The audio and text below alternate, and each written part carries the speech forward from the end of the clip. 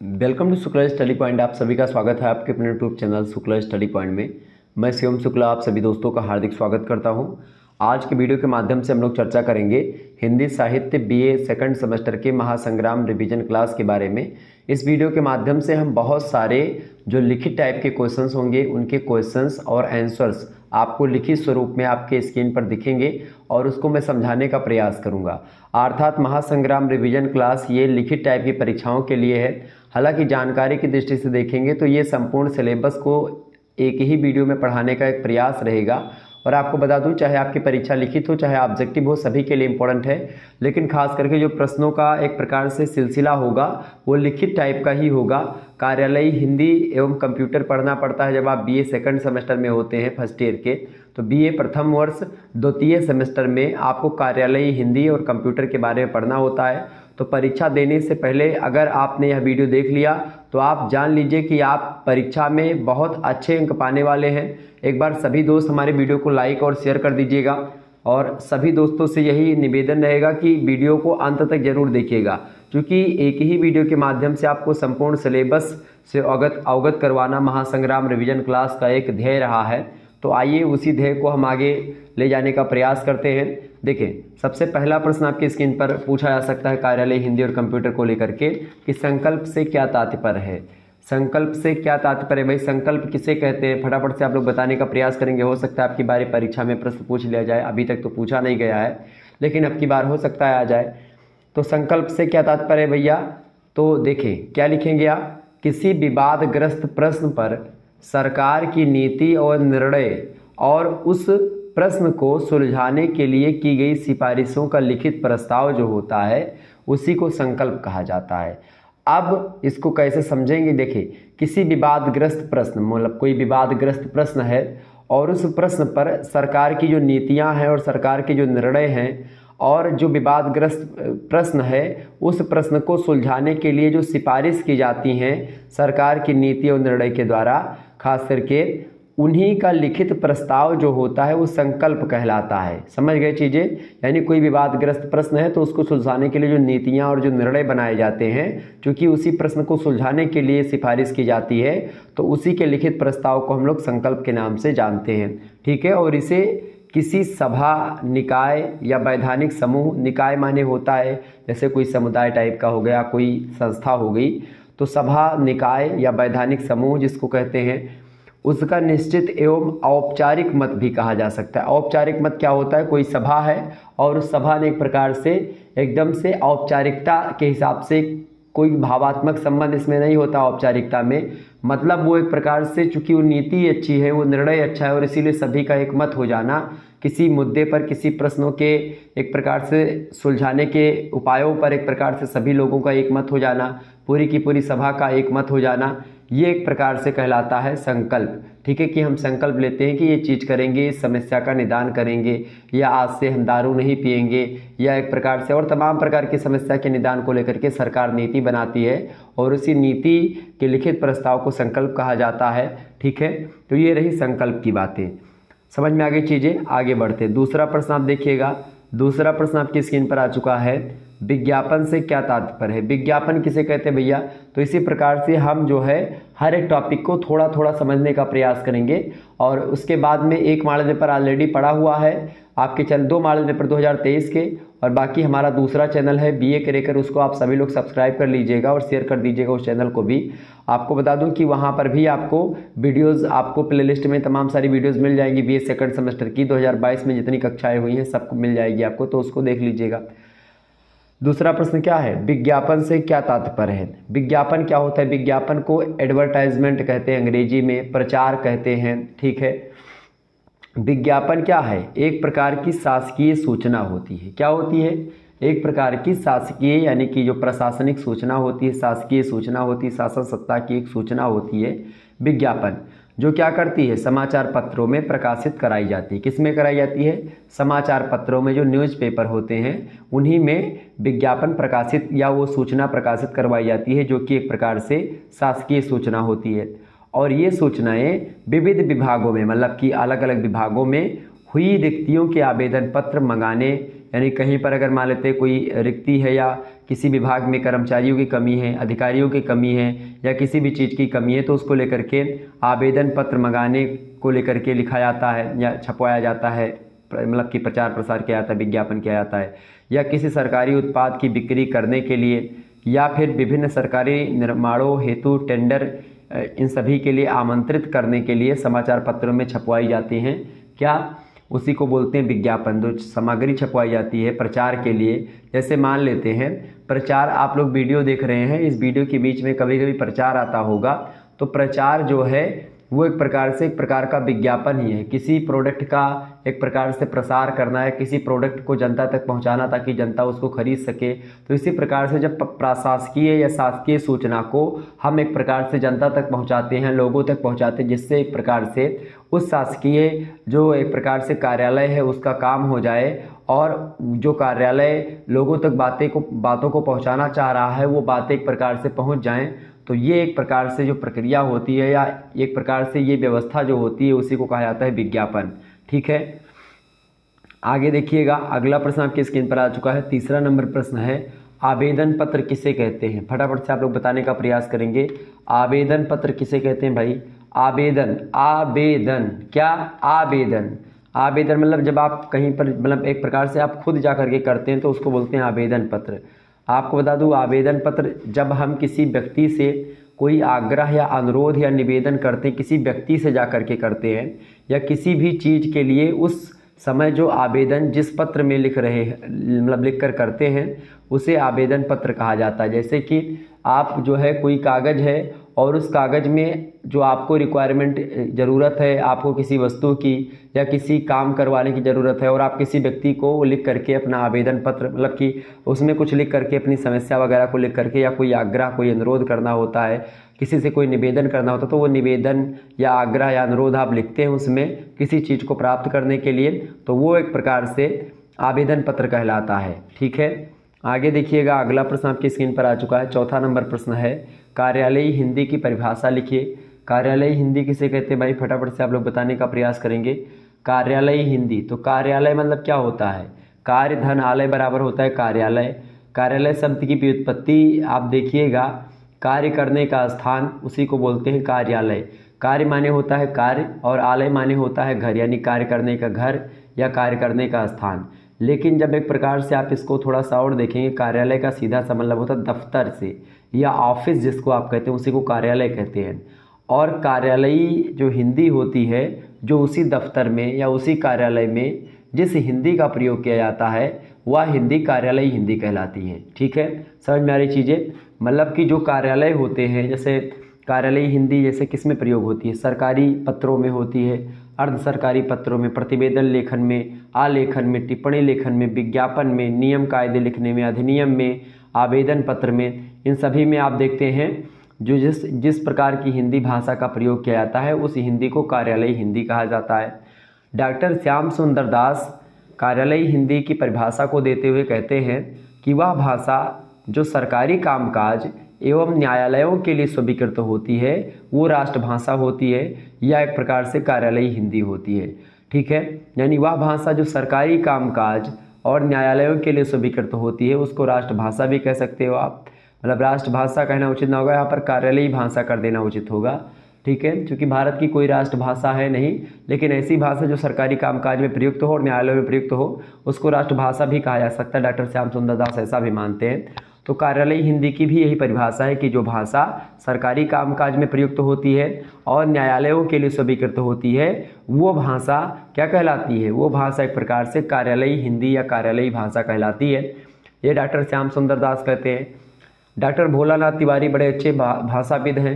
ये कहते हैं कि वह भाषा जो एक देश से दूसरे देश के राजनयिक पत्र व्यवहार या बातचीत में होती है या भाषा अत्यंत शिष्ट तथा औपचारिक होती है वह एक प्रकार से आपकी भाषा होती है कार्यालयी। ठीक है, या एक कार्यालय से दूसरे कार्यालय को लिखी गई भाषा कार्यालयी भाषा या कार्यालयी हिंदी कहलाती है। तो इस प्रकार से आप लोग जो है इसको समझ सकते हैं। ठीक है, क्लियर हो गई बातें? तो यानी कि एक देश से दूसरे देश के राजनयिक पत्र व्यवहार या बातचीत में जो जिस भाषा का प्रयोग होता है उसको एक प्रकार से कार्यालयी हिंदी हम कह सकते हैं। ठीक है, अगला क्वेश्चन से आप देखिएगा, पांचवा प्रश्न आपके स्क्रीन पर आ चुका है। पारिभाषिक शब्दावली को परिभाषित कीजिए। पारिभाषिक शब्दावलियों की बात की जाए तो पारिभाषिक शब्दावली का विकास भाषा को वैज्ञानिक और तकनीकी अभिव्यक्ति की क्षमता प्रदान करने के लिए आवश्यक होता है। और आपको बताऊं, ज्ञान विज्ञान की अधिकाधिक शाखाओं में नई नई तकनीकी प्रगति, लगातार नए नए खोज हो रहे हैं और उन सभी को अभिव्यक्त करने में समर्थ भाषा को ही हम भाविक और सामाजिक दृष्टि से विकसित और समृद्ध भाषा मानते हैं। और पारिभाषिक शब्दावलियाँ जो होती हैं वो खास करके इसी चीज़ को डिनोट करती हैं। जैसे कि पारिभाषिक शब्दावलियों को लेकर के श्री गोपाल शर्मा जी का कथन है, कहते हैं कि पारिभाषिक शब्द वह शब्द है जो किसी विशेष ज्ञान के क्षेत्र में एक निश्चित अर्थ में प्रयुक्त हो तथा जिसका अर्थ एक परिभाषा के द्वारा स्थिर किया गया हो। मतलब कि पारिभाषिक शब्दावलियों की कोई अन्य परिभाषा नहीं होती है। पारिभाषिक शब्दावलियों के अलग अलग अर्थ नहीं होते हैं, उनके अर्थ एक ही होते हैं और किसी विशेष ज्ञान के क्षेत्र में एक अर्थ के रूप में उनको निश्चित कर दिया जाता है कि भाई इस पर्टिकुलर चीज़ के लिए यही भाषा या यही शब्द का प्रयोग होगा, तो ऐसे शब्द को हम पारिभाषिक शब्द कहते हैं। ठीक है, ये बात ध्यान रखिएगा। अच्छा, पारिभाषिक शब्दों को हिंदी में तकनीकी शब्द भी कहते हैं, क्योंकि लगातार जैसे जैसे टेक्नोलॉजी का विकास हो रहा है तो नए नए शब्दों को एक प्रकार शब्दों का नामकरण एक प्रकार से हिंदी के द्वारा किया जाता रहा है। तो कहीं ना कहीं पे वही सारे शब्द एक प्रकार से पारिभाषिक शब्द होते हैं। पारिभाषिक शब्दों में बहुत सारे शब्द आपको पता होंगे। ठीक है, तो वो सब शब्द एक प्रकार से कहीं ना कहीं पारिभाषिक है। अभी और चर्चा करने का प्रयास करेंगे। अगले विद्वान हैं आपके डॉक्टर रघुबीर। डॉक्टर रघुबीर एक प्रकार से पारिभाषिक शब्दावलियों की परिभाषा देते हुए कहते हैं कि पारिभाषिक शब्द का अर्थ है जिसकी सीमाएं बांध दी गई हों। जैसे कि अंग्रेजी का शब्द है डैकोइटी। ठीक है, डैकोइटी जो शब्द है ये अंग्रेजी का शब्द है और इसी को एक प्रकार से उदाहरण दिया। डैकोइटी मतलब होता है हिंदी में उसके लिए डकैती शब्द का प्रयोग होता है। डैकोइटी शब्द के लिए हिंदी में डकैती शब्द का प्रयोग होता है और इसकी परिभाषा कर दी गई कि 4 या 4 से अधिक व्यक्ति जब डाका डालने लगेंगे तो उसको डकैती कहेंगे। तो एक प्रकार से पारिभाषिक शब्दावली यानी ऐसा शब्द जिसकी परिभाषा एक प्रकार से दी जा सकती हो, जिसका अर्थ एक ही निकलता हो। ठीक है, और वो अपने आप में कई और शब्दों को समाहित किए हुए होता है एक परिभाषा के रूप में। ठीक है, तो जिन शब्दों की सीमा बांध दी जाती है वे पारिभाषिक शब्द हो जाते हैं। ठीक है, तो ये परिभाषा दी।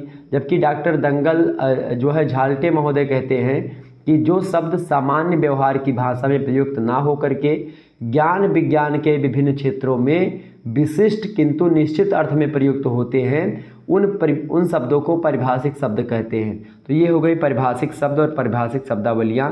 ठीक है, क्लियर हो गई बातें। आगे देखिएगा छठा नंबर प्रश्न।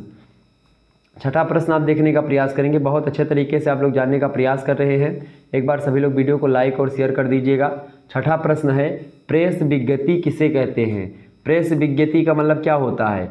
कोई संस्थान या व्यक्ति जब किसी विषय या बैठक के लिए गए जो निर्णय होते हैं उन निर्णयों को जन सामान्य तक पहुंचाना चाहता है तो उसे प्रेस विज्ञप्ति एक प्रकार से जारी करके लोगों तक पहुंचाना पड़ता है अपने जो निर्णय उसने निकाले हैं। जैसे कि जब कोई संस्थान मान लेते हैं, कोई विश्वविद्यालय ने एक प्रकार से संगठन मतलब तमाम प्रकार के जो है विभाग अध्यक्षों को बुलाया, हर विभाग के अध्यक्ष को बुलाया यूनिवर्सिटी के डीन ने, और फिर उसके बाद में क्या किया, उसने कोई निर्णय लिया कि भाई परीक्षा इतने तारीख तक हमको करवानी है। फिर जब ये चीज़ें वो निर्णय ले लेते हैं तो उन्हीं निर्णयों को प्रेस विज्ञप्ति के माध्यम से वो लोग एक प्रकार से छपवाते हैं और विभिन्न महाविद्यालयों में भेज देते हैं। ठीक है, विभिन्न महाविद्यालयों की वेबसाइट पर, अपनी यूनिवर्सिटी की वेबसाइट पर डाल देते हैं उसको, तो उसको बोलते हैं प्रेस विज्ञप्ति। आप देखते होंगे जैसे आपकी यूनिवर्सिटी से आता है प्रेस विज्ञप्ति। ठीक है, कोई सूचना अगर जारी करनी होती है या एक प्रकार से कोई परीक्षा टालने के संबंध में प्रेस विज्ञप्ति जारी की जाती है, आप लोगों का जो एक प्रकार से जो होता नहीं अधिसूचना आती है तो वही प्रेस विज्ञप्ति टाइप की होती है, वही प्रेस विज्ञप्ति कही जाती है। ठीक है, मतलब किसी जानकारी कोई निर्णय लिया गया सभी लोगों के बीच में बैठ करके और उसी निर्णय को सभी छात्रों तक या सभी जन समुदाय तक जिनको रिक्वायर्ड है उन तक पहुँचाना वो प्रेस विज्ञप्ति कहलाता है। ठीक है, ये बात ध्यान रखिएगा। आगे बढ़ते हैं, अगला प्रश्न। सातवां प्रश्न आपकी स्क्रीन पर आ चुका, फटाफट से आप लोग देखने का प्रयास करेंगे। एक बार सभी दोस्त वीडियो को लाइक और शेयर अवश्य कर दीजिएगा ताकि इसी प्रकार से आपको टाइम टू टाइम नोटिफिकेशन मिलता रहे और आप आसानी से पढ़ते रहें। अगला प्रश्न है, 7वां प्रश्न है, प्रारूपण को स्पष्ट कीजिए। प्रारूपण को अंग्रेजी में आपको बता दूं ड्राफ्टिंग कहा जाता है। क्या कहते हैं प्रारूपण को? प्रारूपण को अंग्रेजी में ड्राफ्टिंग कहा जाता है। और ड्राफ्टिंग का अर्थ क्या होता है? ड्राफ्टिंग का मतलब होता है किसी कार्य की रूपरेखा तैयार करना। जैसे कि आप देखते होंगे ईंट का भट्ठा आप लोगों ने देखा होगा, तो ईंट के भट्ठे में एक प्रकार से ईंटा का एक सांचा होता है ईंट बनाने का। तो ईंट बनाने का एक सांचा होता है और उसी सांचे में मिट्टी जो होती है वो भर दी जाती है। और जब उसमें मिट्टी भर दी जाती है फिर उसके बाद में क्या होता है, मिट्टी भर दी जाती है तो सांचे के आकार का ईंट बन जाता है। तो वो एक प्रकार से जो सांचा होता है उसी सांचे को हम एक प्रकार से प्रारूपण कहते हैं।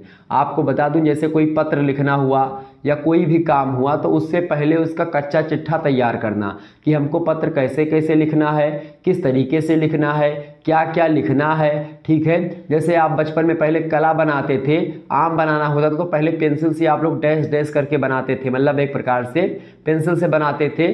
फिर कुछ गलत होता था तो एक प्रकार से जो खैनी होती थी रबड़ गिट, उससे एक प्रकार से आप इरेजर जिसको कहते हैं अंग्रेजी में, उससे खोते थे उसको। ठीक है, फिर उसके बाद में उस पर बढ़िया जब आम बन जाता था सांचा उसका पेंसिल से, तब उसमें कलर आप भरते थे। तो इसी प्रकार से कलर विहीन आम को या कलर विहीन आर्ट को या कला को हम क्या कहते हैं?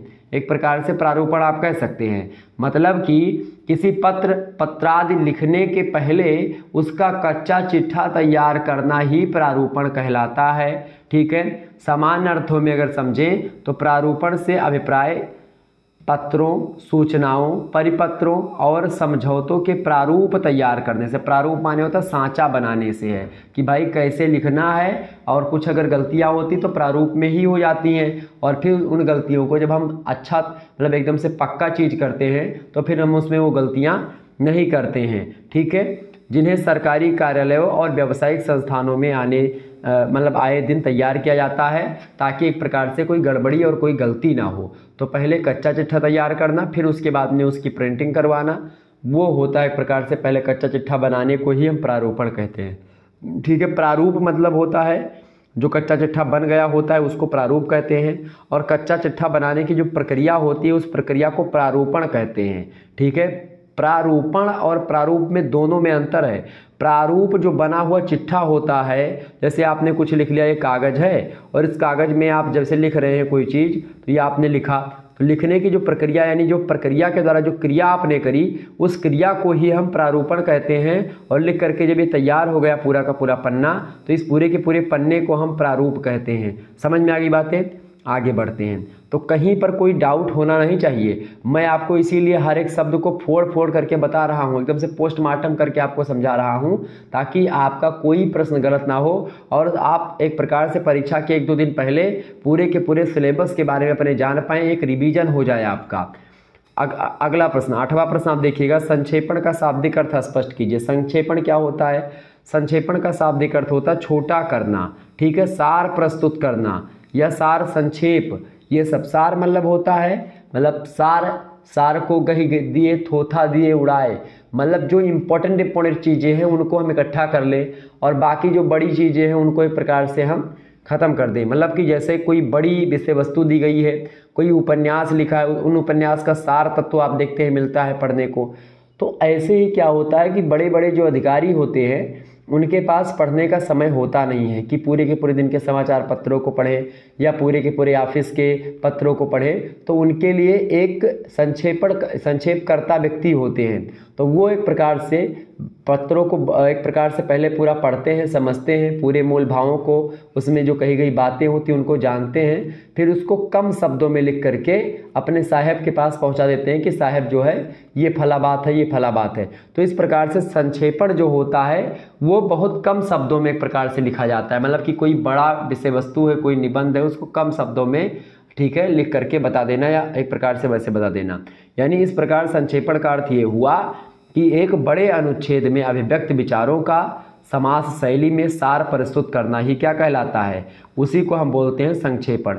डॉक्टर महेंद्र चतुर्वेदी के शब्दों में अगर देखें तो चतुर्वेदी जी कहते हैं कि संक्षेपण किसी अवतरण अथवा किसी प्रपत्र अथवा किसी एक विषय पर लिखे गए अनेक प्रपत्रों या पत्रों आदि के सार तत्व अथवा मूल विषय को कम से कम शब्दों में प्रस्तुत करने की एक विधि या एक कला या एक आर्ट होती है।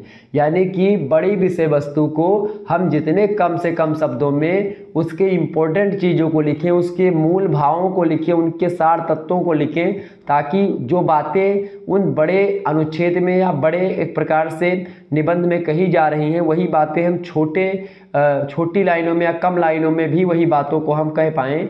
ये रचना होती है एक प्रकार से संक्षेपण। ठीक है, संक्षेपण मतलब होता है संक्षेप करना, छोटा करना। और इसके विपरीत एक होता है पल्लवन। पल्लवन का मतलब होता है एक प्रकार से उसको बड़ा करना। ठीक है, समझ रहे हैं।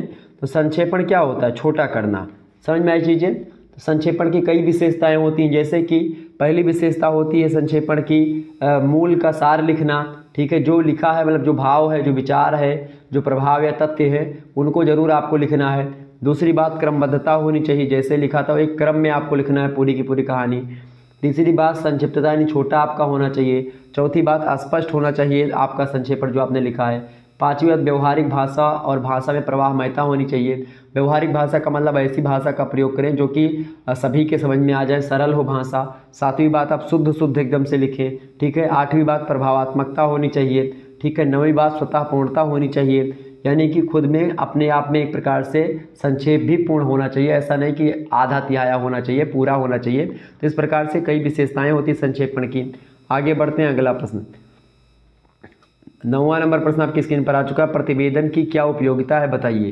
प्रतिवेदन के बारे में आपसे प्रश्न पूछा गया। तो प्रतिवेदन विभिन्न प्रकार के स्व उद्देश्य प्रस्तुत किए गए विवरणात्मक लेखे जोड़े का नाम होता है और इसका उपयोग चालू व्यवस्था की समीक्षा करके उसे और अधिक प्रभावशाली या कारगर बनाने के लिए किया जाता है। प्रतिवेदन, ठीक है, ये होता है आपका क्या भाई, प्रतिवेदन। आपको बता दूं प्रतिवेदन को लेकर के एक प्रकार से ये बातें कही जाती हैं, प्रतिवेदन, ठीक है, समझ रहे चीज़ों को। तो प्रतिवेदन का मतलब क्या होता है, विभिन्न प्रकार के जो उद्देश्य प्रस्तुत किए जाते हैं, 100 उद्देश्य प्रस्तुत किए गए होते हैं, उनके विवरणात्मक लेखे जोखे का नाम होता है एक प्रकार से प्रतिवेदन, ठीक है। और प्रतिवेदन के बारे में अगर बताएं तो प्रतिवेदन में किसी घटना या प्रसंग की मुख्य बातें लिखी जाती हैं। प्रतिवेदन में बातें एक ही क्रम में लिखी जाती हैं, सारी बातें सिलसिलेवार लिखी जाती हैं। प्रतिवेदन छोटा होता है, संक्षेप में लिखा जाता है, बातें विस्तार में नहीं कही जाती, इसमें संक्षेप में लिखी जाती हैं। प्रतिवेदन एक ऐसा प्रतिवेदन ऐसा होना चाहिए जिसकी सारी बातें सरल हो, स्पष्ट हों और उनको समझने में सिरदर्दी ना हो, उनका एक ही अर्थ निकले, एक ही निष्कर्ष निकले। स्पष्टता एक अच्छे प्रतिवेदन की सबसे बड़ी विशेषता मानी जाती है, ये बात ध्यान रखिएगा। प्रतिवेदन सच्ची बातों का विवरण होता है और इसमें पक्षपात, कल्पना और भावना के लिए स्थान बिल्कुल भी नहीं होता है। जो सच्ची एकदम से, जैसे प्रतिवेदन का सीधा सा मतलब होता है रिपोर्ट प्रस्तुत करना। जैसे किसी घटना को आपने देखा और उस घटना को देखने के बाद में हूबहू उस घटना के बारे में आप लोगों ने जा करके बता दिया, ठीक है, सरल भाषा में, ताकि उसको पूरी घटना के बारे में पता चल गया। अब प्रतिवेदन जो होता है, जैसे कि कोई रिपोर्ट लिखवाने जाता थाने में तो बताता है कि भाई 1 लाठी मैंने उसको मारी, फिर उसने 2 लाठी मेरे को मारी, फिर हमने एक प्रकार से उसको 4 लाठी मारी। इस प्रकार से पूरा ब्यौरा देना एक प्रकार से होता है, जैसा ऐसा हुआ था वैसे वैसे बता देना, वैसे वैसे लिख करके प्रस्तुत कर देना, वो होता है रिपोर्ट या प्रतिवेदन। प्रतिवेदन की भाषा साहित्यिक नहीं होती है, सरल और रोचक होती है। प्रतिवेदन किसी घटना या विषय की साफ और सजीव तस्वीर सुनने या पढ़ने वाले के मन पर खींच देता है। जब वो पढ़ रहा होता है प्रतिवेदन तो उसको उस घटना का एक प्रकार से सीन जो होता है वो उसके सामने नजर आ जाती है। पिछली घटना की सीन मुझे याद कभी जब आ जाती है, थर एक प्रकार से जब मारीच के पास गए भगवान, मतलब कि मारीच जो था एक प्रकार से जंगल में रहता था पंचवटी में, और वहीं पर एक प्रकार से भगवान राम भी रहा करते थे, माता सीता थी, लक्ष्मण जी थे, और तब एक प्रकार से सूर्यपंखा आती है और भगवान राम को एक प्रकार से राम को देखती है तो प्रसन्न हो जाती है, अरे इतने सुंदर बालक जो हैं इस दंडक वन में आए हैं और एक प्रकार से विचरण करते हैं, इसमें बड़े अच्छे लग रहे थे भगवान श्री राम। तो उसने कहा कि तुम सम पुरुष न मो सम नारी, मतलब कि तुम्हारे समान इस पृथ्वी पर कोई पुरुष नहीं और मेरे समान इस पृथ्वी पर कोई नारी नहीं है। हालांकि इसका अर्थ अलग अलग विद्वान अलग अलग लगाते हैं कि चूँकि तुम भी एक प्रकार से, तुम्हारे भी एक प्रकार से, तुमने भी कसम खा रखी कि मैं जब तक करो निशाचर नाशा तब तक करो अगिन मावासा, मतलब निशाचर नाश करने का आपने एक प्रकार से प्रण लिया है। और मैंने भी एक प्रकार से रावण के कुल खानदान को नष्ट करने का प्रण लिया है। शूर्पणखा का पति था त्रिजिह्वा को एक प्रकार से रावण ने मार दिया था, छल से मार दिया था, क्योंकि त्रिजिह्वा बहुत विद्वान था, ठीक है, कटाक्ष करता था रावण की हर बातों का। तो त्रिजिह्वा को मारने में हाथ किसका था? रावण का था, और इसीलिए शूर्पणखा जानती थी इस बात को। शूर्पणखा रावण का कुल विहीन करना चाहती थी।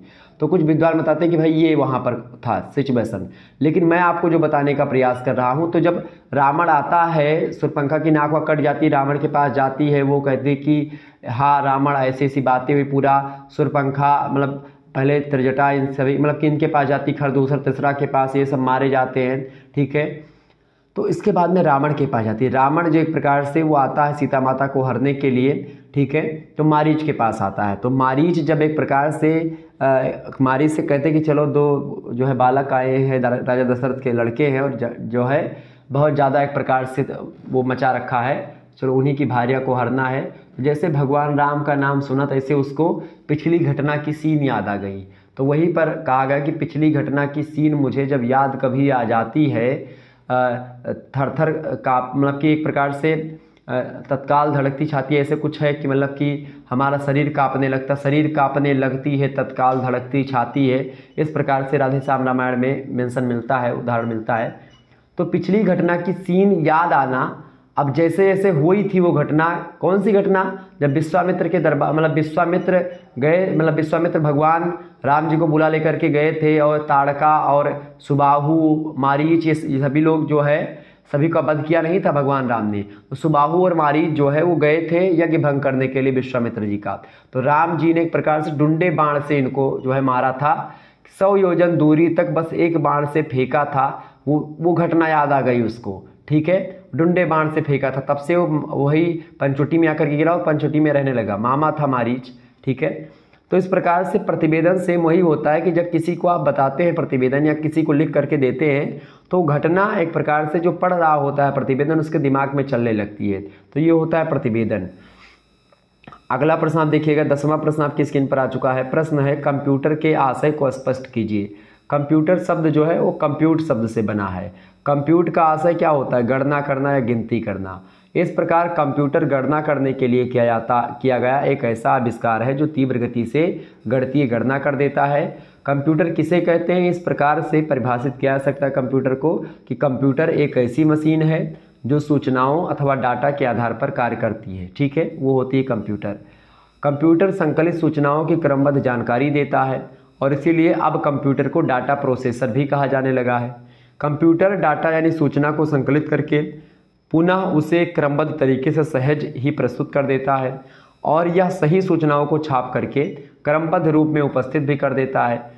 कंप्यूटर का वास्तव में गणित से कोई विशेष संबंध नहीं है, फिर भी गणित से जुड़े होने के कारण से इसका नाम कंप्यूटर पड़ा, और आज तक इसको कंप्यूटर ही कहा जाता है, ठीक है। और सबसे ज़्यादा प्रचलित और सर्वसामान्य नाम जो है वो कंप्यूटर ही है, और आज तक कंप्यूटर शब्द ही इसके लिए प्रयोग होता है। लेकिन इसका नाम जैसा है वैसा काम एक प्रकार से अब नहीं रहा, अब दूसरा काम इसका लगभग हो चुका है कंप्यूटर का।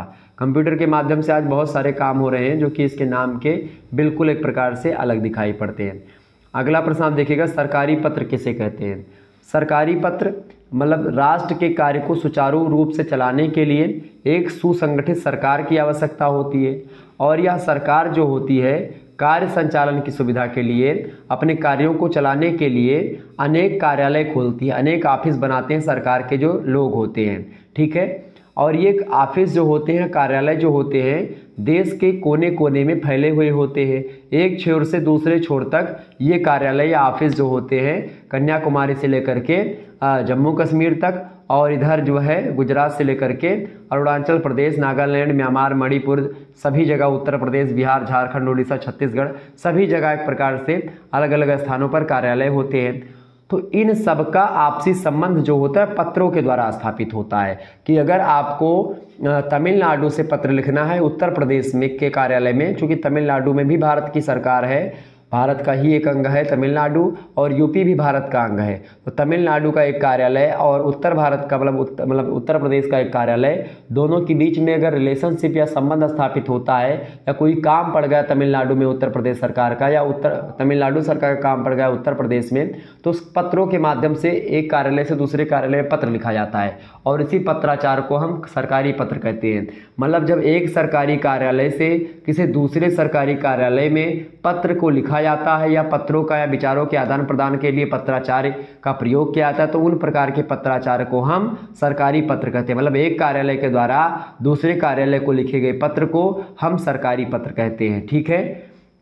शासकीय कर्मचारियों अथवा अधिकारियों के द्वारा एक कार्यालय या विभाग से दूसरे कार्यालय अथवा विभाग को लिखे गए पत्र शासकीय पत्र या सरकारी पत्र कहलाते हैं। तो शासकीय पत्र और सरकारी पत्र एक ही बात है। तो आप ध्यान रखेंगे, शासकीय मतलब होता है प्रशासकीय पत्र, शासकीय पत्र प्रशासन से रिलेटेड पत्र, सरकारी पत्र भी वही होता है।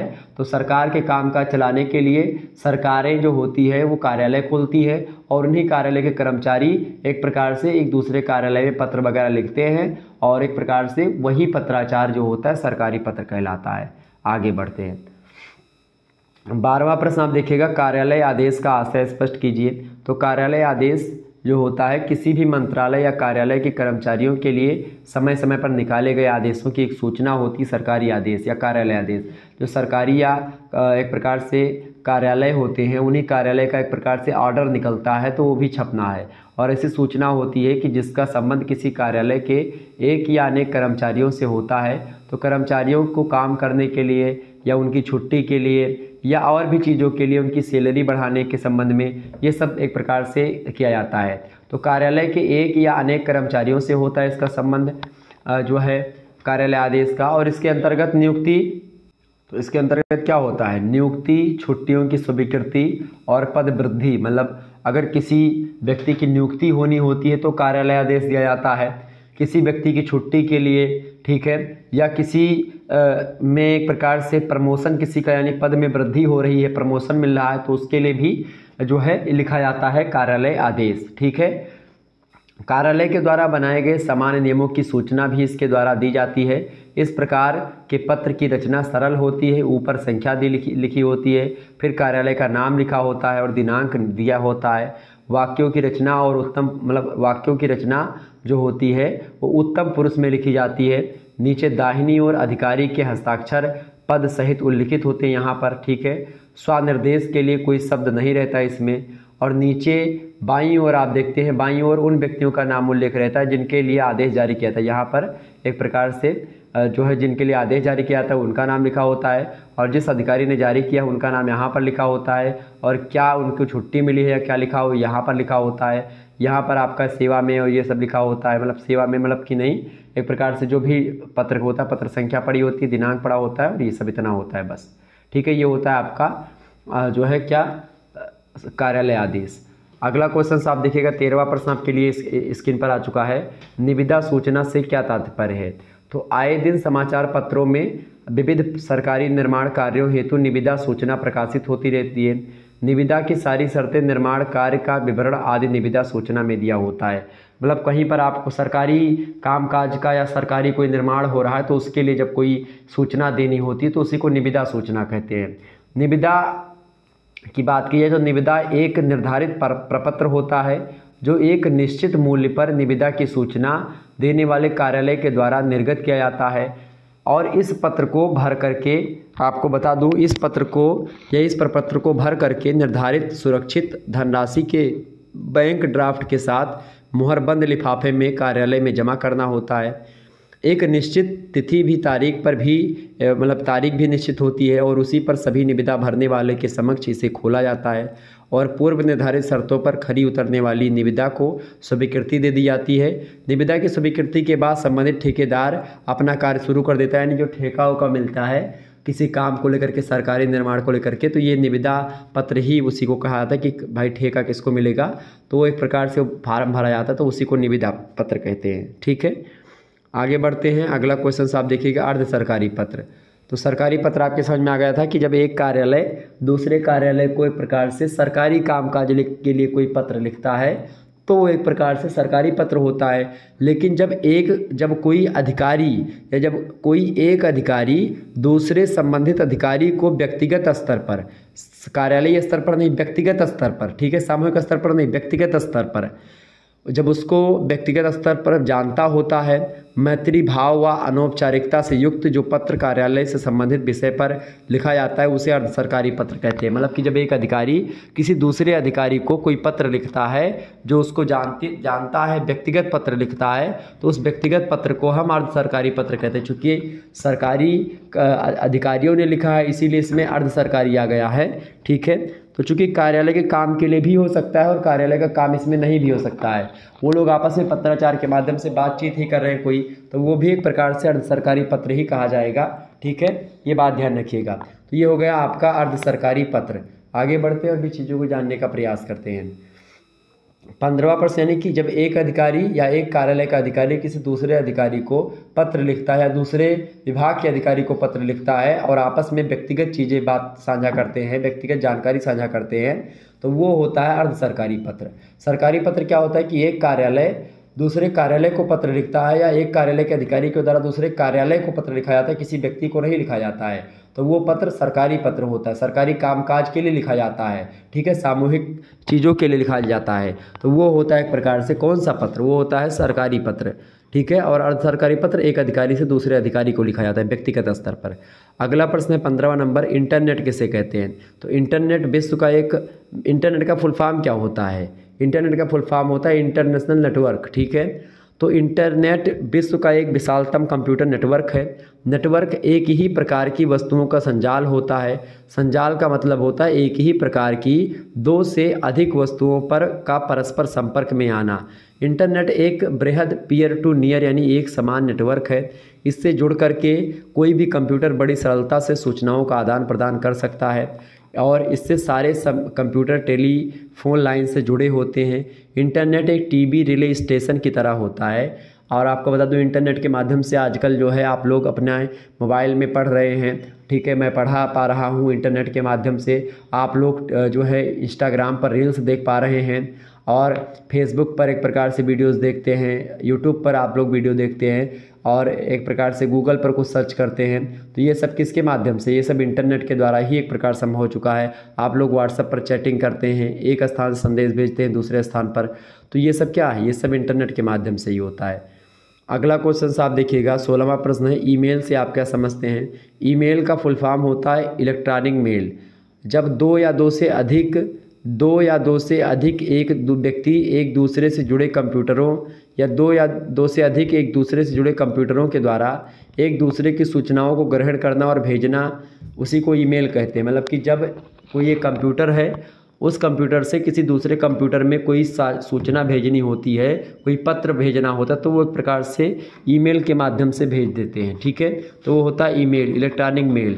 आजकल ईमेल का प्रचलन अधिक बढ़ गया है। ईमेल पर सूचना भेजना डाक से भी सस्ता हो गया है। ईमेल के माध्यम से व्यक्तिगत और व्यावसायिक सभी प्रकार की सूचनाओं का आदान प्रदान किया जा सकता है।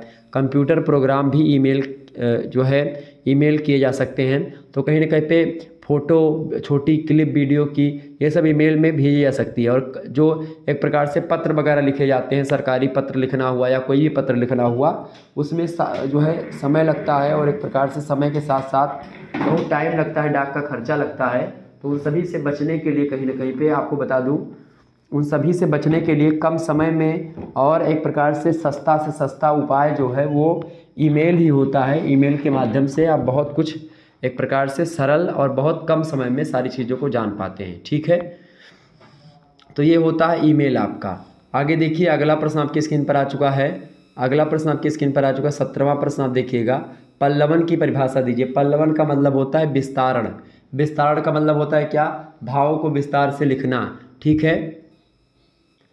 तो पल्लवन क्या होता है, पल्लवन जो होता है उसमें भावों का विस्तार किया जाता है। लेकिन संक्षेपण में आप देखते हैं, संक्षेपण में क्या होता था, भावों को संकुचित किया जाता था, केवल सार तत्व ही लिखा जाता था। लेकिन पल्लवन में क्या होता है, वो विस्तार किया जाता है। अंग्रेजी विद्वान एक है, उनका नाम है वेन, उन्होंने पल्लवन की परिभाषा दी।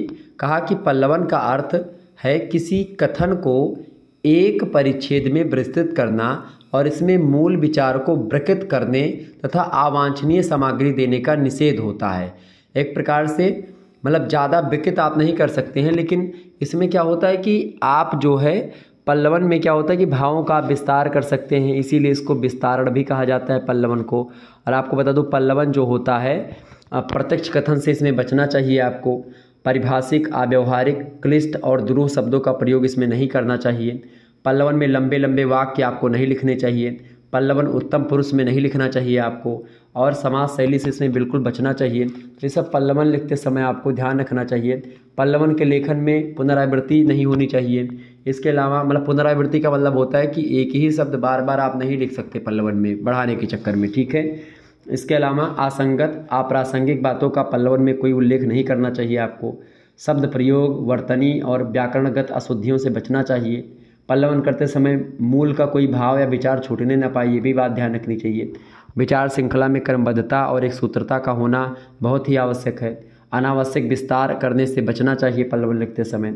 संस्कृतनिष्ठ और समास बहुल भाषा से बचना चाहिए, और मूल के भाव या प्रतिपाद्य विषय को बिना समझे पल्लवन की प्रक्रिया आरंभ नहीं करनी चाहिए। मतलब पहले आप विचारों को समझ लें कि भाई ये कहना क्या चाह रहा है, और उसके हिसाब से फिर उसको लिखना चाहिए। तो ये होता है पल्लवन।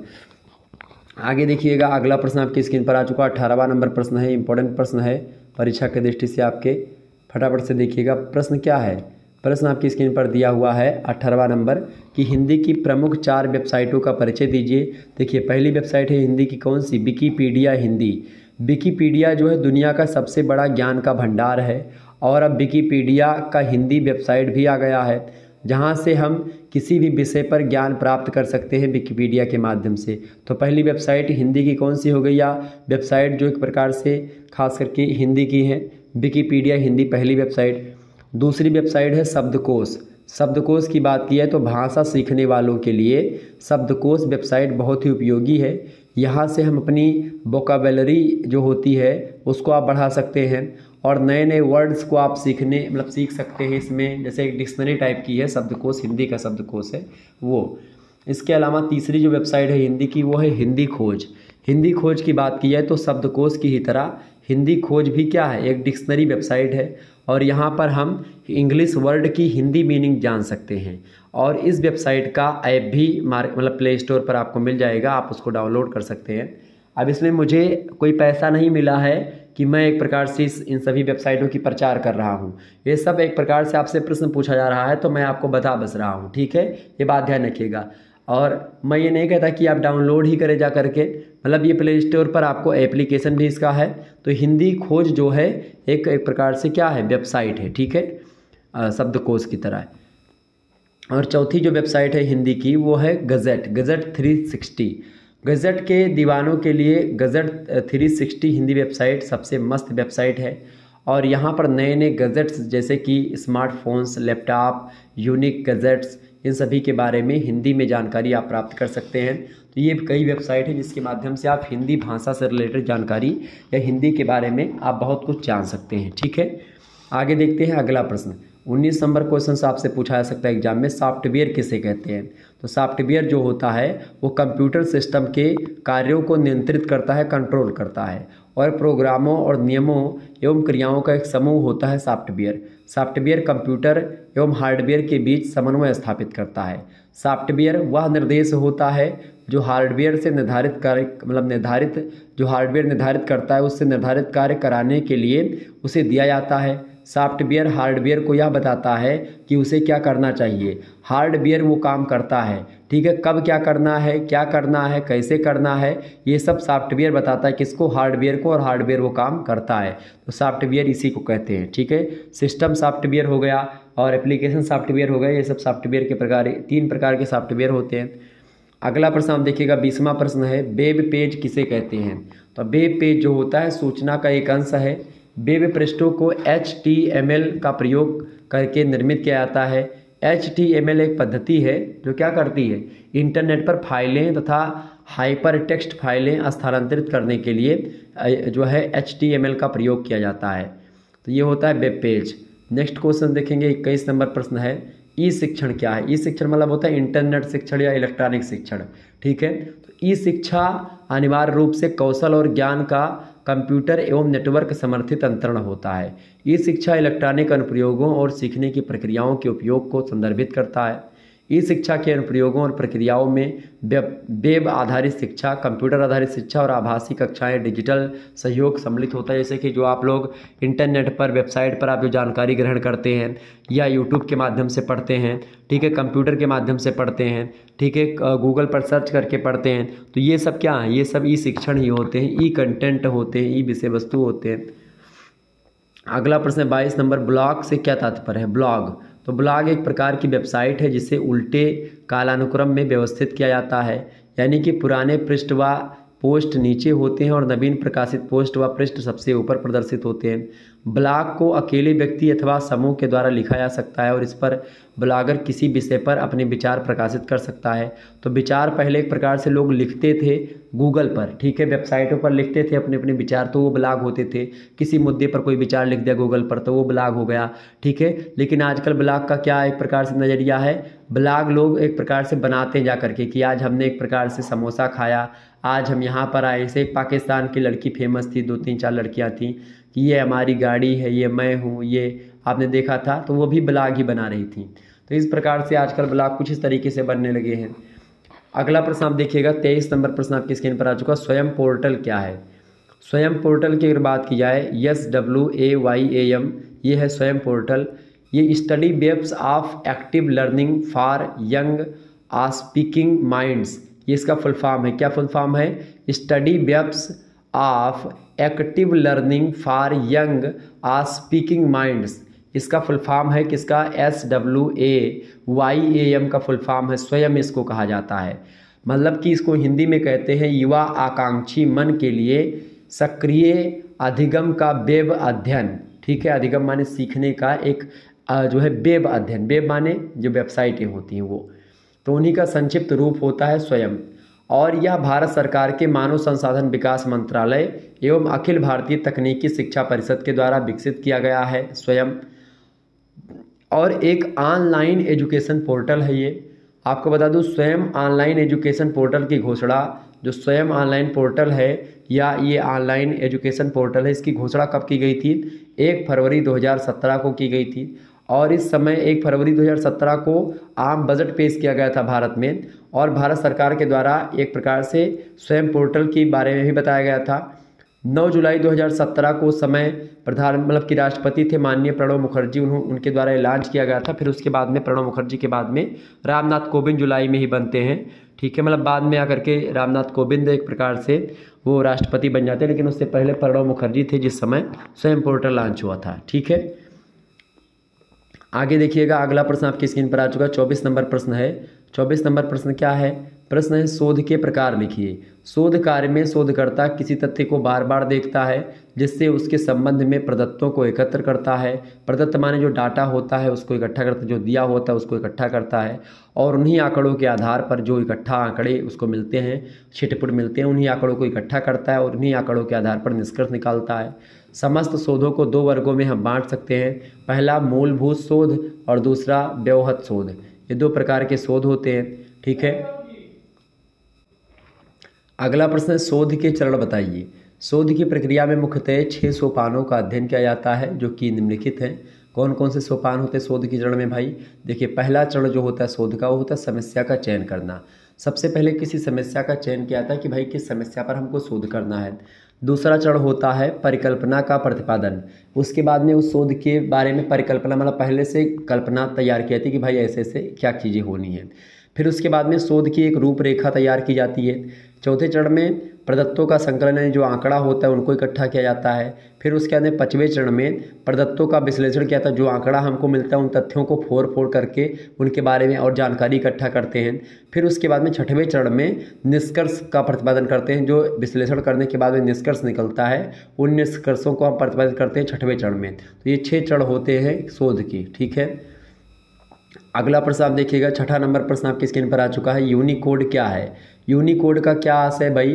तो यूनिकोड जो होता है एक समान मानवीकृत या मानकीकृत कोड होता है जिससे सभी लिपि चिन्हों की आवश्यकता की पूर्ति होती है और प्रत्येक अक्षर के लिए एक विशेष संख्या प्रदान करता है यूनिकोड।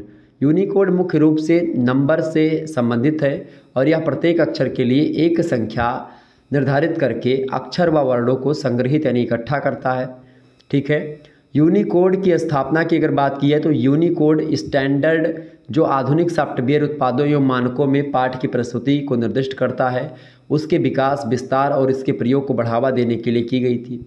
यूनिकोड ट्रांसफॉर्मेशन फॉर्मेट, जिसे UCS ट्रांसफॉर्मेशन फॉर्मेट यानी कि ISO IEC 10,646 मानक भी कहा जाता है इसको। तो ये एक प्रकार से यूनिकोड होता है। आगे देखते हैं, अगला प्रश्न आपकी स्क्रीन पर आ चुका है। तो यूनिकोड एक नंबर होता है और उसी नंबर का एक प्रकार से प्रत्येक अक्षर के लिए एक संख्या निर्धारित की जाती है।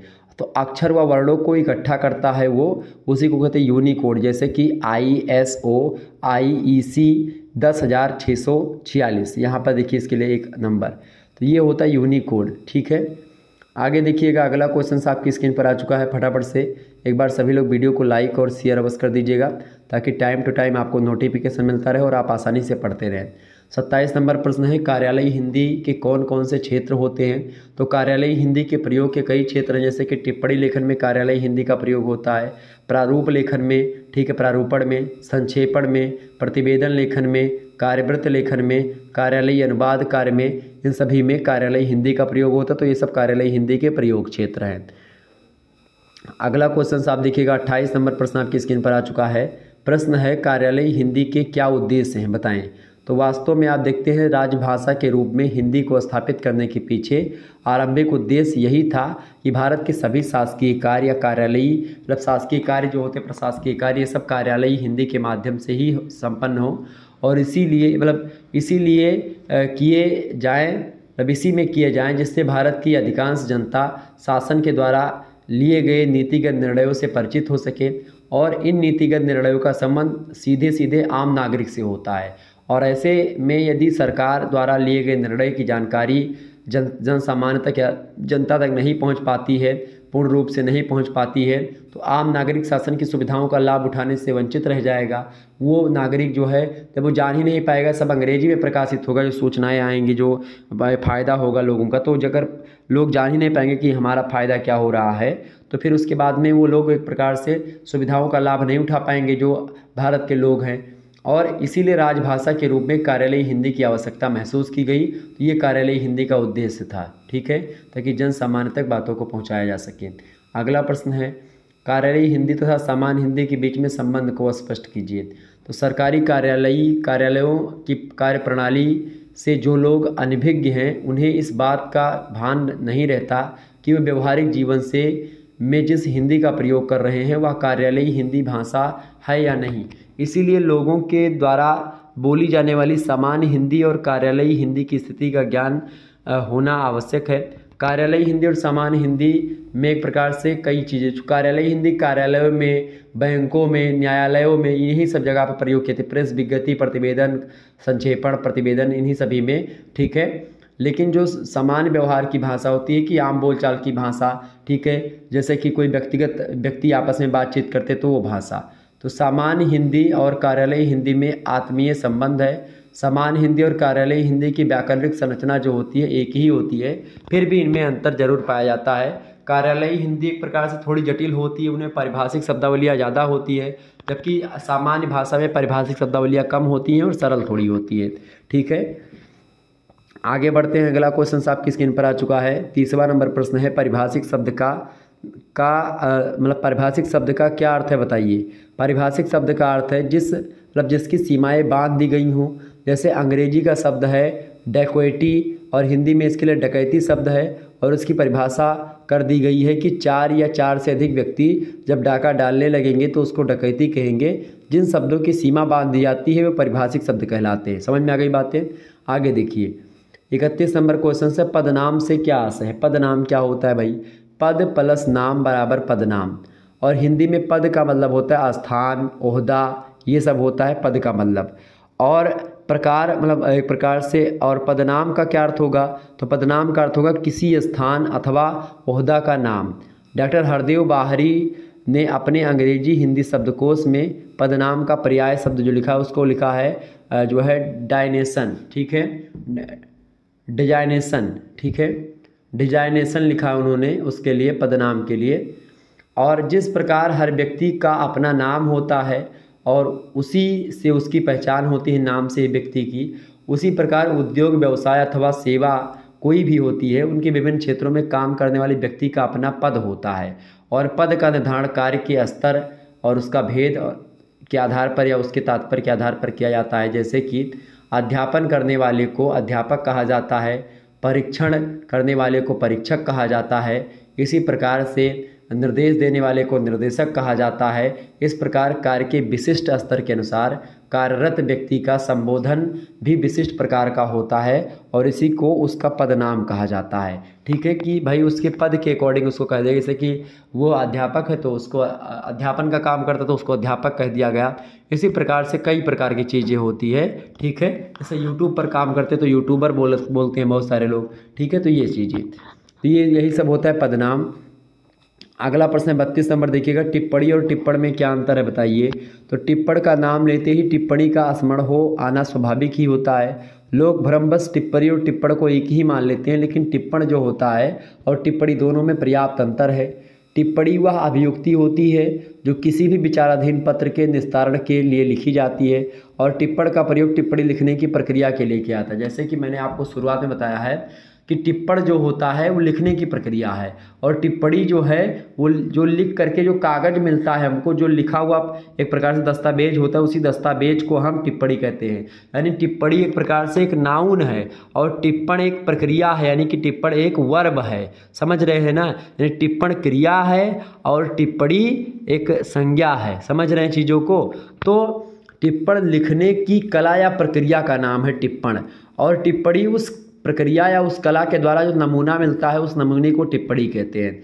डॉक्टर ईश्वरी दत्त सील कहते हैं कि जिस प्रकार संक्षेप करने की कला को संक्षेपण, विस्तार करने की कला को विस्तारण कहते हैं, उसी प्रकार से टिप्पणी लेखन की जो कला होती है उसको टिप्पण कहते हैं। तो टिप्पणी लेखन की कला को टिप्पण कहते हैं और टिप्पण प्रक्रिया के द्वारा या टिप्पण जब लिखी जाती है तो उस टिप्पण प्रक्रिया के द्वारा जो दस्तावेज हमको मिलता है उस दस्तावेज को हम टिप्पणी कहते हैं। समझ में आ गई बातें।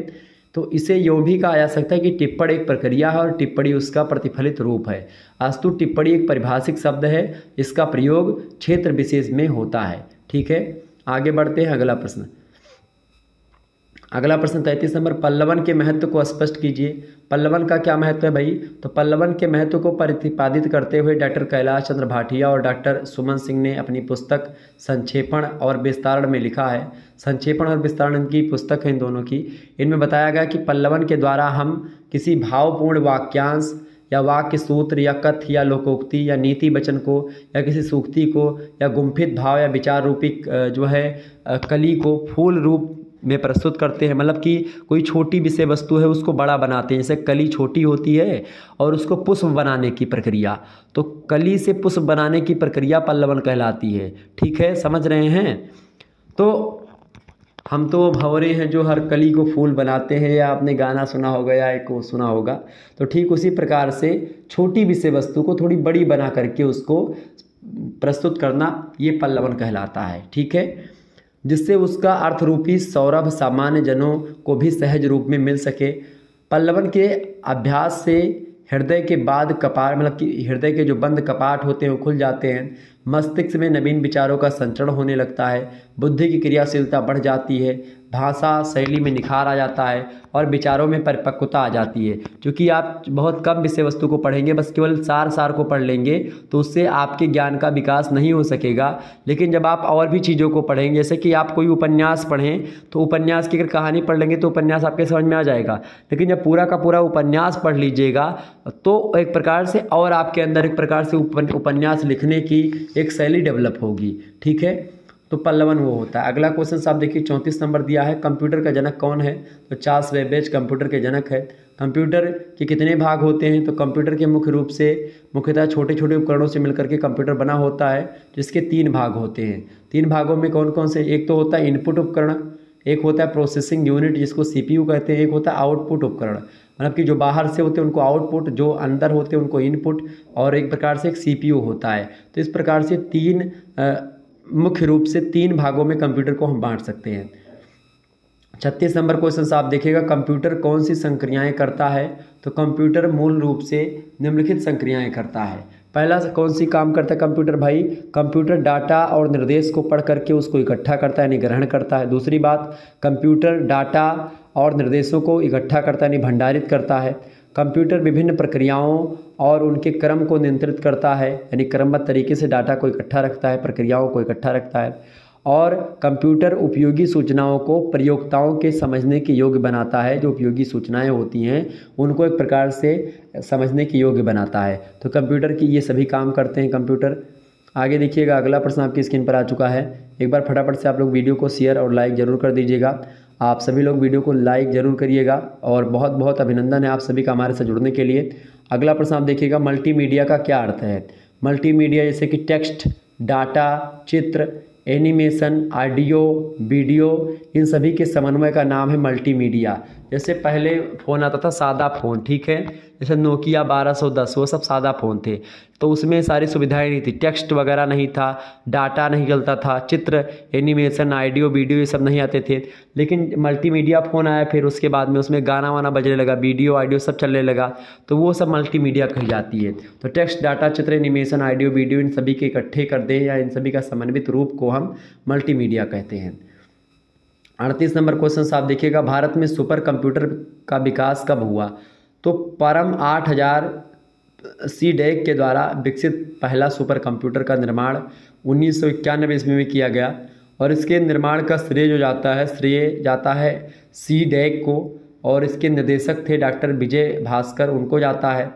परम युवा सेकंड सुपर कंप्यूटर का निर्माण जो हुआ 2013 ईस्वी में किया गया, जो खास करके CDEC के द्वारा विकसित सबसे तेज सुपर कंप्यूटर है और इसकी गणना की क्षमता लगभग 500 टेराफ्लॉप्स होती है, फ्लॉप्स है। और इस प्रकार सुपर कंप्यूटर फ्लो सॉल्वर का विकास नाल यानी नेशनल एरोनॉटिक लिमिटेड बेंगलुरु में है, उसके द्वारा 1980 ईस्वी में किया गया था। तो यही सब है भारत में सुपर कंप्यूटर के विकास की बातें। आगे देखिएगा, अगला प्रश्न आपकी स्क्रीन पर आ चुका है। प्रश्न इंपॉर्टेंट है, 39 नंबर प्रश्न है, हिंदी भाषा के विभिन्न फांट का उल्लेख कीजिए। तो हिंदी भाषा में देखिए कई फांट हैं, जैसे कि फांट माने होता है लिखने की प्रक्रिया। जैसे फांट मतलब जैसे कि कभी कभी आप देखते हैं जैसे ये लिखा हुआ सीधा सीधा एकदम से, तो ये भी फांट हो गया। और हिंदी भाषा में मैं आपको लिखूँ, एक राम मैंने लिखा इस प्रकार से राम, ठीक है, एक राम मैंने इस प्रकार से लिखा राम, एक राम मैंने इस प्रकार से लिखा राम, ठीक है, एक राम मैंने ऐसे लिखा राम, ठीक है, ये बस। तो इस प्रकार से कई प्रकार के तरीके लिखने के जो होते हैं उसी को फांट कहते हैं। तो पहला यूनिकोड फांट, वे फांट जो यूनिकोड मानक के अनुसार होते हैं तथा कंप्यूटर के प्रचालन तंत्र के स्क्रिप्ट इंजन का प्रयोग करके टेक्स्ट प्रदर्शित करते हैं, यूनिकोड फांट कहलाते हैं। कुछ प्रचलित यूनिकोड फांट हिंदी में हैं जिनके बारे में मैं बताऊं, जैसे कि पहला है मंगल फांट, विंडोज प्रचालन तंत्र का डिफ़ॉल्ट हिंदी फांट है ये।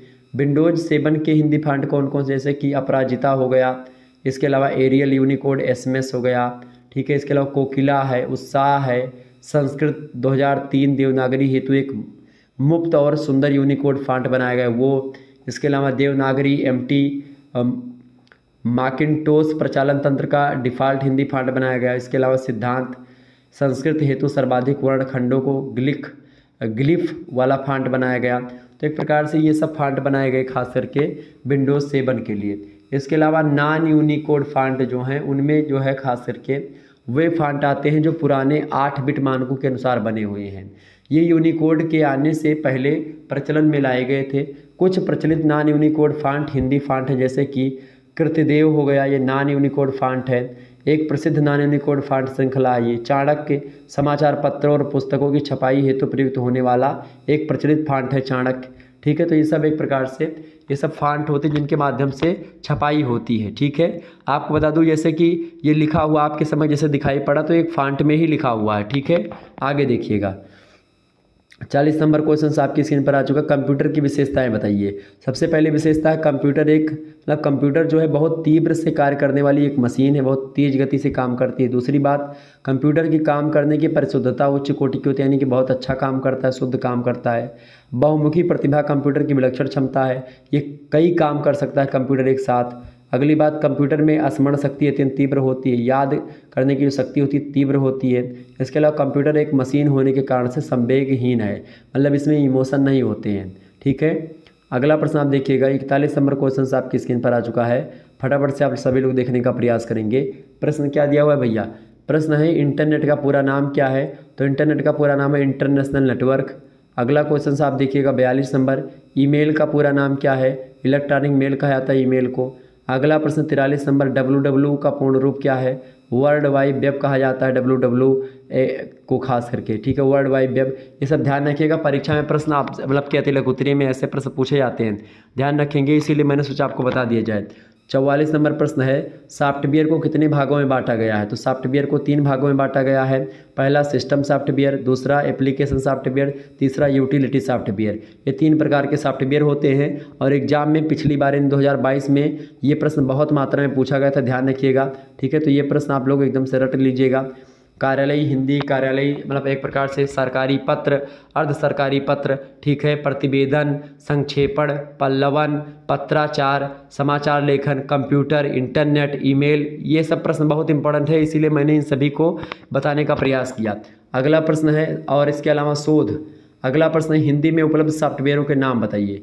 तो हिंदी में उपलब्ध कई सॉफ्टवेयर हैं, जैसे कि आप देखते हैं आई ब्राउज़र यानी हिंदी एक्सप्लोरर, ये भी एक प्रकार से सॉफ्टवेयर है। इसके अलावा भारत ऑपरेटिंग सिस्टम सॉल्यूशन यानी जिसको आप बॉस कहते हैं। इसके अलावा भारतीय open office Hindi project, Hindi spell checker. इसके अलावा Mozilla Firefox internet browser, opera web browser, Indic Joomla, Gmail व गूगल के अन्य प्रोडक्ट। इसके अलावा blogger, live journal, word press, ठीक है, आरेकल 9X, MS ऑफिस 2003, स्पर्श, और इसके अलावा Hindi zip, drag and drop file संपीड़न सॉफ्टवेयर। तो ये सब सॉफ्टवेयर है हिंदी के, जिसके बारे में मैंने आपको बताया, ये सब कई नाम है, आप लोग ध्यान रखिएगा। ठीक है, आगे देखिएगा, अगला प्रश्न आपकी स्क्रीन पर आ चुका है, छठा नंबर मतलब 46 नंबर प्रश्न है, वीडियो फ़ोन के विषय में आप क्या जानते हैं? तो वीडियो फ़ोन दूरसंचार के क्षेत्र में महत्वपूर्ण उपलब्धि है और इस यंत्र के माध्यम से केवल व्यक्ति की आवाज़ ही सुनाई नहीं जाती है, बल्कि उसका चित्र भी दिखाई पड़ता है, जो वीडियो कॉलिंग होती है, आपको पता होगा। और इस प्रक्रिया में टेलीफोन से एक कैमरा और वीडियो स्क्रीन जुड़ी रहती है। टेलीफोन नंबर मिलाते ही कैमरा चालू हो जाता है और विद्युत संकेतों के माध्यम से आवाज़ एवं चित्र लक्ष्य व्यक्ति तक पहुंचाए जाते हैं। तो वीडियो कॉलिंग जो आप लोग करते हैं व्हाट्सएप पे और फेसबुक हो गया, सब जगह आप करते हैं, इंस्टाग्राम हो गया, तो जो वीडियो कॉलिंग है उसी को वीडियो फ़ोन कहा जाता है। समझ रहे हैं चीज़ों को, आगे बढ़ते हैं। अगला क्वेश्चन आप देखिएगा, स्वयं पोर्टल के क्या उद्देश्य थे भाई? तो स्वयं पोर्टल को शिक्षा नीति के निम्नलिखित 3 आधारभूतों के सिद्धांत को प्राप्त करने के उद्देश्य से बनाया गया था। पहला तो पहुंच, दूसरा निष्पक्षता और तीसरा गुणवत्ता, क्वालिटी एंड सभी तक पहुंच जाए, और निष्पक्षता मतलब सभी लोगों को शिक्षा मिल पाए, इसके लिए बनाया गया था स्वयं पोर्टल। स्वयं पोर्टल से कक्षा 9 से लेकर के स्नातकोत्तर स्तर तक की पढ़ाई की जा सकती है और इस पर कला ग्रुप, विज्ञान ग्रुप, मानविकी, इंजीनियरिंग, तकनीकी शिक्षा, विधि, चिकित्सा मतलब विधि माने कानून, चिकित्सा और कृषि, इन सभी से रिलेटेड ज्ञान प्राप्त किए जा सकते हैं। स्वयं पर उपलब्ध सारे पाठ्यक्रम निःशुल्क है, ये भी नहीं कि आपको कोई पैसा देना है। तो स्वयं पोर्टल जो है वो निःशुल्क है और एक प्रकार से आप कक्षा 9 से लेकर के स्नातकोत्तर तक की पढ़ाई आप स्वयं पोर्टल से कर सकते थे। ये एक प्रकार से बहुत पहले जारी किया गया था 2017 में। ठीक है, अगला प्रश्न आप देखिएगा, 48 नंबर क्वेश्चन से, पोस्टर की क्या उपयोगिता है? तो पोस्टर जो होता है एक विचार मतलब पोस्टर जो है एक विचार, घटना या उत्पाद का अस्थायी माध्यम मतलब प्रचार का माध्यम होता है, जिसे सार्वजनिक स्थान पर जन समुदाय के निमित्त बड़े पैमाने पर देखने हेतु रखा जाता है। पोस्टर को आकर्षक एवं सूचनापरक दोनों प्रकार बनाया जा सकता है। पोस्टर के द्वारा घटना विशेष, संगीतकारों और फिल्मकारों आदि का प्रचार प्रसार किया जाता है। आधुनिक पोस्टर 1840 ईस्वी और 1850 ईस्वी के दशक का है। पोस्टर विशेषज्ञ जानी वार्नीकोट लिखते हैं कि 100 वर्षों से भी कम समय में यह एक महत्वपूर्ण कला के रूप में पहचाना जाने लगा है जो पोस्टर होता है। आधुनिक युग में विज्ञापन पोस्टर एक विशेष प्रकार की ग्राफिक कला बन गए हैं और पोस्टर कलाकार थियोफाइल स्टील लेन, अल्बर्ट गुडल्यूम, हेनरी थिएट, लियोनेटो कैपिएलो, इन सभी ने अपने समय के महत्वपूर्ण व्यक्ति बन गए हैं एक प्रकार से पोस्टर के माध्यम से ही। तो पोस्टर जो होता है वो प्रचार प्रसार के लिए, विज्ञापन के लिए लगाए जाते हैं। नेता मंत्री भी लगवाते हैं, चुनाव आते हैं तो, और बाकी एक प्रकार से बहुत सारे लोग और लगवाते हैं, शिक्षा वाले लगवाते हैं, ठीक है। जिसको कोई और कंपनी वालों को प्रचार करना होता है तो बड़े बड़े छतों पर जो शहरों में होते हैं ऊंचे ऊंचे, उन पर भी प्रचार प्रसार के लिए पोस्टर लगवा देते हैं। 49 नंबर प्रश्न है, पोस्टर के प्रकार बताइए। तो उद्देश्य और कार्य के अनुसार पोस्टर कई प्रकार के होते हैं। पहला, शैक्षिक विचार वाले पोस्टर, मतलब शिक्षा का इसमें प्रचार करना, कोचिंग का या किसी स्कूल का प्रचार करना वो। दूसरा, प्रचार हेतु पोस्टर, एक तो शिक्षा देने के लिए पोस्टर लगाया था कि भाई उस पर शिक्षा के बारे में लिखा है, कोई जानकारी देने वाला पोस्टर है वो। दूसरा, प्रचार के लिए पोस्टर, किसी को अपना प्रचार करना है। तीसरी बात, अभियान है तो पोस्टर, कुछ किसी अभियान को चलाना तो उस अभियान के लिए पोस्टर बनाए जाते हैं। फिल्मों के पोस्टर बहुत सारे होते हैं, फिल्मों की फिल्म आ गई है भाई देखो जाकर के थिएटर में। पांचवा, वाणिज्यिक पोस्टर, मतलब जिसमें एक प्रकार से वाणिज्य यानी व्यापार को लेकर के बातें बताई जाती है। तो इस प्रकार के उद्देश्य और कार्य के अनुसार पोस्टर ये इतने प्रकार के होते हैं। अगला क्वेश्चन आप देखिएगा, 50वां नंबर प्रश्न है कि पोस्टर की विभिन्न विशेषताएं बताइए। तो पोस्टर में आमतौर पर चित्रों और शब्दों का संयोजन होता है। पोस्टर में आमतौर पर एक उद्देश्य होता है, अर्थात पोस्टर प्रकाशन के लिए मीडिया तक बन जाता है जिससे लोग उसे पढ़ करके उसके अनुरूप कार्यों का कार्यान्वयन कर सकें। एक पोस्टर की निम्नलिखित विशेषताएं पाई जाती हैं। सबसे पहली बात, पोस्टर कई रंगों के संयोजन से बनाया जाता है ताकि आकर्षक लगे। दूसरी बात, पोस्टर को आसानी से समझने के लिए इसे छोटी एवं स्पष्ट भाषा का प्रयोग करके बनाया जाता है ताकि एक प्रकार से बहुत कम चीज़ें लिखी हों और बहुत ज़्यादा चीज़ें बयां कर रही हों, ठीक है, तो पोस्टर ऐसे लिखा जाता है। तीसरी बात, पोस्टर को आकस्मिक रूप से भी पढ़ा जा सकता है, मतलब कि आप ऐसे जा भी रहे हैं अगर रोड से तो आप तुरंत पढ़ लेंगे, बड़े बड़े अक्षर में वो चीज़ें लिखी रहती हैं जो इंपॉर्टेंट चीज़ें होती हैं। इसके अलावा पोस्टर में संदेश के साथ साथ एक तस्वीर भी होनी चाहिए, जो तस्वीर एक प्रकार से आपको आकर्षित करे, मनमोहित करे और आप उसको पढ़ें और उसके बारे में जानने का एक प्रकार से आपके अंदर जिज्ञासा उत्पन्न हो। इसके अलावा पोस्टर ऐसे होने चाहिए जो देखने पर स्पष्ट हो सके कि भाई पोस्टर में कहा क्या जा रहा है और बातें क्या बताई जा रही है। तो इस प्रकार से ये बहुत ही इंपॉर्टेंट प्रश्न थे जिसके बारे में हमने आपको बताया और लगभग आप लोगों ने समझा भी उसको। तो महासंग्राम रिवीजन क्लास में आप लोगों ने बहुत सारी चीज़ों के बारे में जाना, समझा और पढ़ा। बाकी मॉडल पेपर मैंने ऑलरेडी दे रखा है और भी एक आध मॉडल पेपर, 2 मॉडल पेपर मैं दे दूंगा परीक्षा के आते आते, ठीक है। बाकी जननायक चंद्रशेखर बलिया विश्वविद्यालय का कल पेपर लगा हुआ है तो आप सभी के लिए इंपॉर्टेंट है यह वीडियो, आप सभी लोग देख लीजिएगा, ठीक है। धन्यवाद, मिलते हैं नेक्स्ट वीडियो में, तब तक के लिए जय हिंद जय भारत। उसके लिए बहुत महत्वपूर्ण है तो आप लोग यह वीडियो जरूर देखिएगा और हमारा और भी मॉडल पेपर पड़ा हुआ है, ठीक है, तो आप उसको भी देख लीजिएगा। BA करियर यूट्यूब चैनल पर प्लेलिस्ट है, उसी प्लेलिस्ट में आपको तमाम प्रकार की वीडियोज़ मिल जाएंगी, कार्यालय, हिंदी और कंप्यूटर की, आप वहाँ पर देख लीजिएगा, ठीक है। बहुत बहुत धन्यवाद हमारे जुड़ने के लिए। Good night, I love you.